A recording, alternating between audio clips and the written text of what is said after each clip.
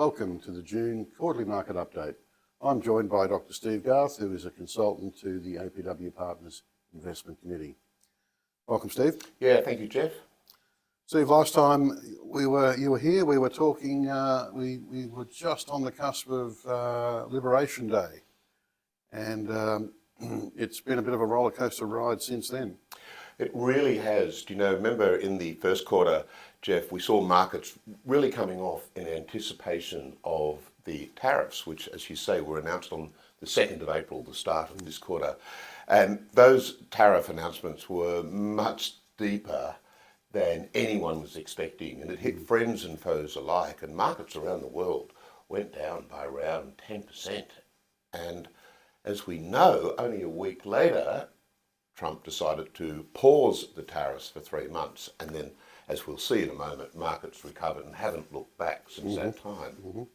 For now, let's have a look at how the Aussie market performed in the quarter and year ended June 30. Yeah, Jeff, in this chart, which I think people have seen something like this before, it's sort of the day-by-day trading pattern of the ASX 200 over this financial year.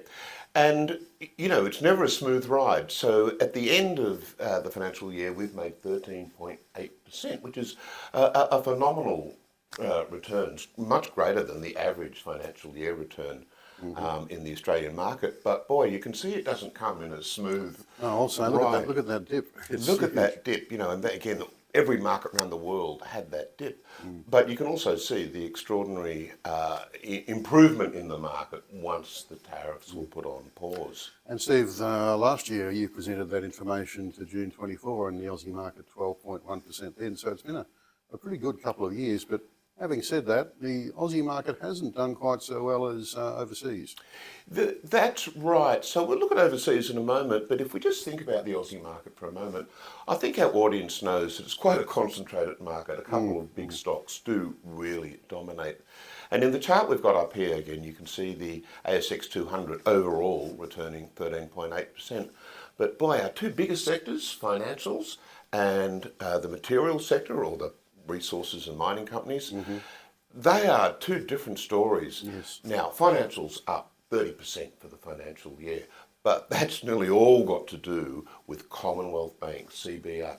It's up an extraordinary 15%. And you know, Jeff, nobody knows why. It's confounding all the analysts. It's confounding all the analysts.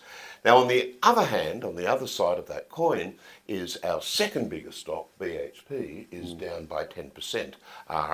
The other big mining companies, and that we do know why. Their price is tied pretty closely to the price of iron ore. The biggest consumer of Australia's iron ore is the Chinese property market.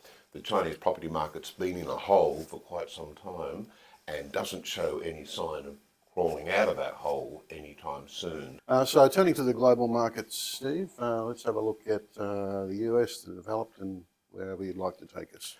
Well, the developed markets on the left-hand side, what a great return again, 18.5% in Aussie dollar terms.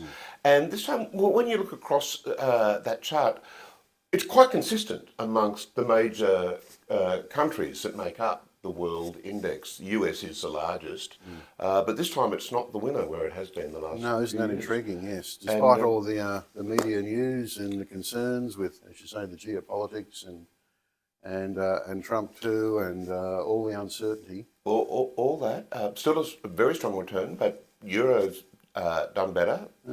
Japan is pretty strong. And here's a surprise. Partly it's got to do with, I just mentioned, China up 36%. The emerging markets, which have been a bit of a laggard on returns for a few years, now right up there, chasing the heels of developed markets. They've got a 17.5% return. So a really consistent, strong returns. Again, way greater than what we see average financial year returns. So Trump's just got his big, beautiful bill through.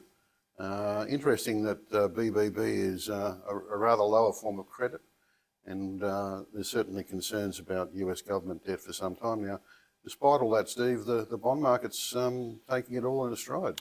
The bond market is taking it in its stride, although the bond market tends to think about things a little bit more deeply than equity markets do. So there's some conflicting things going on in bond markets, and if you like, central banks are facing these conflicting things as well. One of them is things like tariffs and the increase in debt can actually lead to higher yields, which means central banks would normally have to raise rates because it's inflationary. On the other hand, tariffs in particular can be bad for the economy or the US economy. It could really lower growth because everything becomes more expensive for the American consumer. And if the American economy starts sinking, then the rest of the world will probably go much the same way. So the conflict for central banks, and you kind of see this in the yield curve, is this balance between do we go higher interest rates or do we go lower interest rates? And that's why just yesterday the RBA paused rates. In the US, they paused rates 2 weeks ago.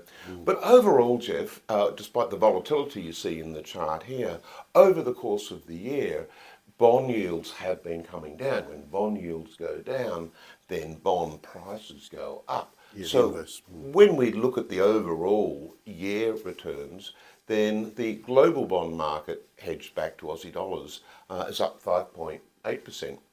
But the Aussie bond market, which has slightly different but also conflicting issues going on in that as well, but that's done a little bit better. That's up 6.5% for the year, way better than what you'd get out of cash or even 30-day term deposits. So it's actually been a very strong year in bonds, coupled with a very strong year in equities. It's indeed. All right, Steve. Well, thank you once again for sharing those insights, and thank you for the viewer for joining us, and we look forward to seeing you at the next session. Thank you.